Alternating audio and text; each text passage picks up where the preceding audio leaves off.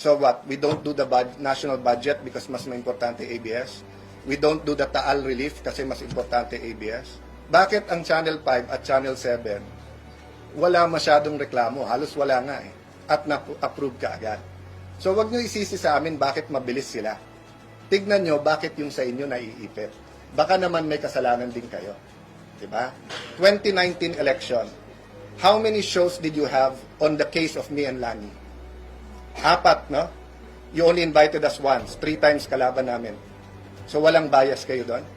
Media can make or break political careers. And in 2010 and 2016, yan ang allegation sa ABS-CBN. Na nakialam kayo kung sinong gusto nyo maging presidente. Sa akin personal opinion ko, kung kinumpare mo yung hearing natin sa Senate, nagpila kung gaano kagaling ng ABS-CBN eh. Remember, your franchise was pending between the 16th Congress since 2014.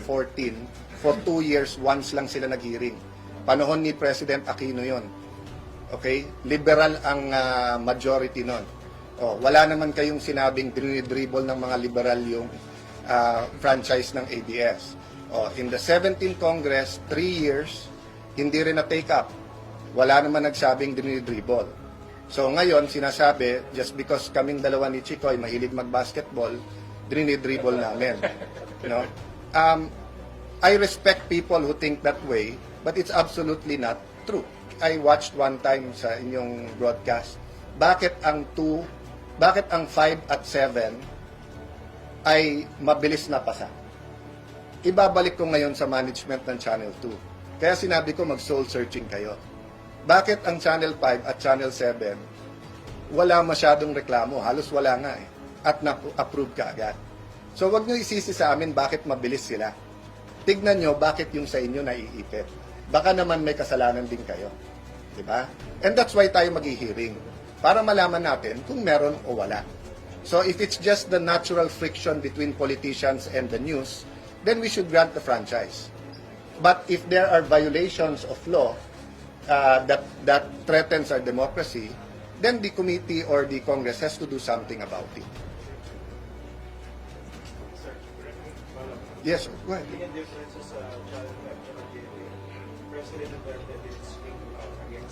Yes, why didn't he speak out? Why didn't he speak out against them? Because he didn't think they were biased. No, it's not one person, Christian. Let me ask you this, Christian. 2019 election. How many shows did you have on the case of me and Lani? 4, no? You only invited us once. 3 times kalaban namin. So walang bias kayo doon? Si Swansing, mag-asawa, congressman from 2 districts, you didn't have a hearing about them. Yung Albano, mag-asawa, you didn't have a hearing against them. So are you saying to me now there was no bias there? Bias in that particular respect. 4 shows, 4 shows. So you don't think that I should ask that to you during the hearings? Para makasagot ka rin at makavent din ako nung angle ko. GMA 7 did not have 4 shows. I don't mind criticism. I get criticized every day. Diba? But I mind bias. Because media can make or break political careers. But media should be neutral. You should not be for or against any speakership candidate for any candidate sa distrito. You should not have presidential candidates. And in 2010 and 2016, yan ang allegation sa ABS-CBN na nakialam kayo kung sinong gusto nyo maging presidente.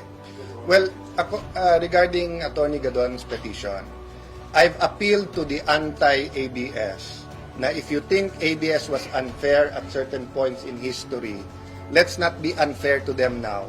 Let's have a hearing and let's throw the accusations directly to them and let them answer.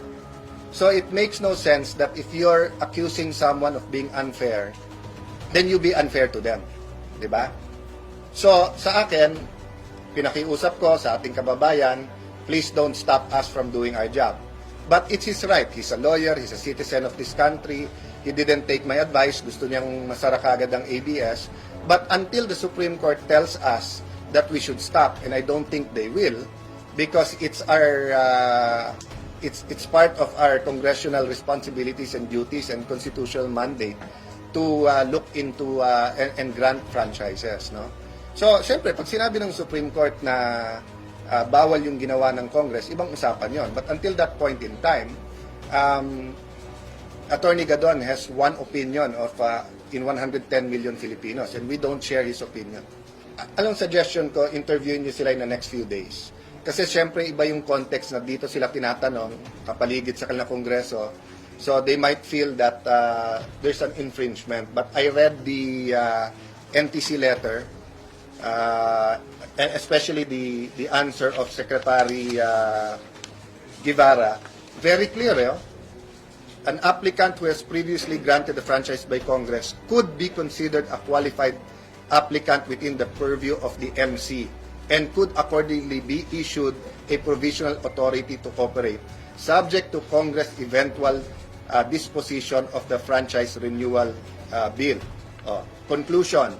Based on the foregoing discussion, there is sufficient equitable basis to allow broadcast entities to continue operating while the bills for the renewal for the respective franchise remain pending with Congress.